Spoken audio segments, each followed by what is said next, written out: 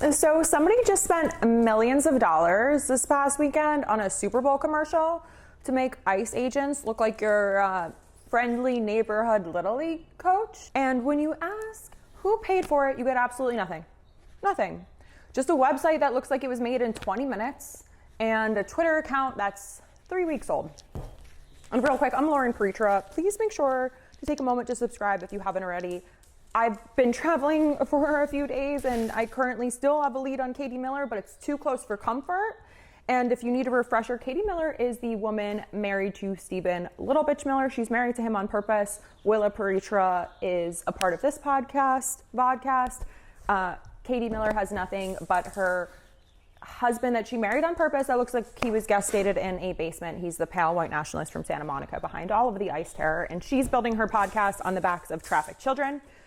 So every sub, every hype, every like, every comment is an FU to Katie and Stephen Little Bitch Miller, and it's a ball toss for Willa. A commercial aired during the Super Bowl. Reports are conflicting about which markets actually saw it. I was out of the country at the time, but it definitely exists because American Sovereignty posted about it themselves. The ad shows wholesome images of ICE agents being described as friends and neighbors, sons and fathers, Little League coaches and veterans.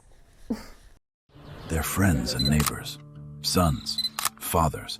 They're Little League coaches and veterans. They're people who love this country. These are Immigration and Customs Enforcement officers. They are removing violent criminals from our streets and neighborhoods. It's dangerous and difficult work. But ICE has one mission: to make America a safer place to live, and that's what they're doing. This is law enforcement. This is ICE. People who love this country so much, people who have one mission: to make America a safer place by kidnapping 5-year-olds and pepper spraying babies. This aired, or again, allegedly aired, after Bad Bunny performed at halftime. Seems like a choice. Bad Bunny, the Puerto Rican artist whose very presence at Super Bowl enraged a bunch of Trumpers in his lunatic base. The timing is fascinating because the complete lack of transparency around who's funding this, are we funding it, is even more fascinating. American Sovereignty, brand new organization, website created in January, half a dozen tweets over the past couple weeks, no corporate registration documents, no response when many a journalist, including Mother Jones, reached out to their email on their site, just a privacy policy and a mailing list sign-up form, and millions of dollars in ad buys for one of the most expensive ad placements, or essentially the most expensive ad placement of all time. Again, Mother Jones, who this report is informed by, tried to contact them. Nothing. The Houston Chronicle also tried. Nothing. Multiple journalists reached out to the American Sovereignty, again, who put up pro-ICE billboards across San Francisco in the weeks before the Super Bowl. Complete silence, which is not normal for a group spending millions to influence public opinion around masked federal agents terrorizing American citizens in the street. The same masked federal agents who just shot and killed and executed very publicly 2 American citizens in Minneapolis within weeks. So we don't know who they are, but there are clues. According to the documents filed with the Federal Communications Commission, the full name is the American Sovereignty PAC. The paperwork lists Daniel Scarpinato as a contact. Scarpinato was chief of staff to former Arizona Governor Doug Ducey. Ducey is more of a fit, if I may. Scarpinato now runs something called Winged Victory, the agency, a PR firm that helps clients with crafting the right message, emphasis on right and not correct, rolling out an idea and running large-scale campaigns. Scarpinato didn't respond to requests for comment. Winged Victory didn't respond either. American Sovereignty obviously didn't respond. DHS didn't respond. Nobody will say anything about who's behind this or where the money came from. So let's get this straight. A mysterious group with zero public presence, except a bare bones website and a Twitter account that's 3 weeks old, somehow has millions of dollars to spend on a Super Bowl ad defending ICE. And this happens precisely when violence by federal immigration agents have sparked massive protests and put DHS funding in jeopardy.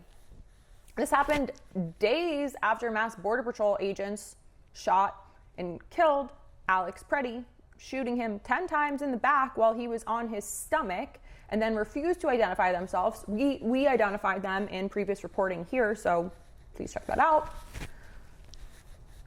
And this happens while the body camera footage exists somewhere, but it's being withheld from state investigators and definitely the public. The commercial calls ICE everyday heroes. Barf. Sons and fathers, little league coaches, people who love America. It doesn't mention Jesus Ochoa or Raimundo Gutierrez, the two masked agents who shot a nurse holding his phone.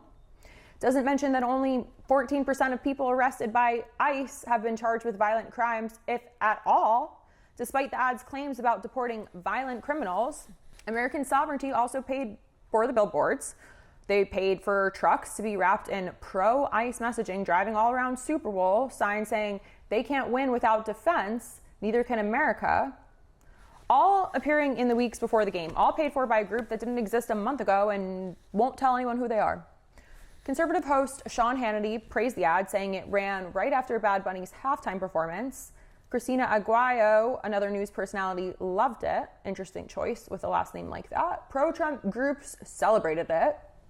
Meanwhile, nobody can confirm which markets actually aired it. The Houston Chronicle couldn't independently verify if it ran at all or where, but it exists. Sovereignty posted the video themselves. On January 31st, they took credit for the billboards. They're running this coordinated pro-ICE propaganda campaign worth millions of dollars while federal investigators are being on leave for shooting people and killing them, and the government is blocking investigators from seeing any body camera footage. In a democracy, you'd think we'd know who's spending millions trying to change public opinion about federal law enforcement. I think there'd be some sort of disclosure requirements. You'd think somebody would have to answer the question, who is paying for this? But in an American system, we don't seem to get those answers. You can create a political action committee or a nonprofit with a generic name, set up a website with zero information, hire a PR firm run by a former gubernatorial chief of staff, and spend millions on Super Bowl ads and billboards and never tell anyone where the money came from. American Sovereignty lists border security, protecting taxpayers, and public safety as priorities on their website. They don't say who comprises the group. They don't say where the funding comes from. They don't say what they actually do beyond buying ads. The site shares a name with several other entities, some of which are now defunct. No evidence that these groups are related. No evidence of anything, really. It's a huge mystery. And all we have is knowing that a nurse got shot at least 10 times in the back by federal agents in Minneapolis, and those agents spent a week hiding while our government called the dead nurse a would-be assassin. That's a direct quote from Stephen Little Bitch Miller. Then their names came out, videos continue to come out, and their story changed, but a mysterious group that didn't exist a month ago also spent millions on Super Bowl ads calling ICE agents heroes and neighbors and Little League coaches. And Daniel Scarpinato definitely knows who's behind it. Somebody at Winged Victory, the agency knows, whoever filed those FCC documents knows, and they're not saying anything, just like the federal government won't release those body camera footage pieces. And just like they wouldn't name the agents for an entire week, they're blocking the state investigators from accessing evidence. So if you're subscribed, great, thank you for being here. If you're not, please take a moment to subscribe, turn notifications on, share this video with a friend, comment, let us know what you want to hear more of next. And we'll be back.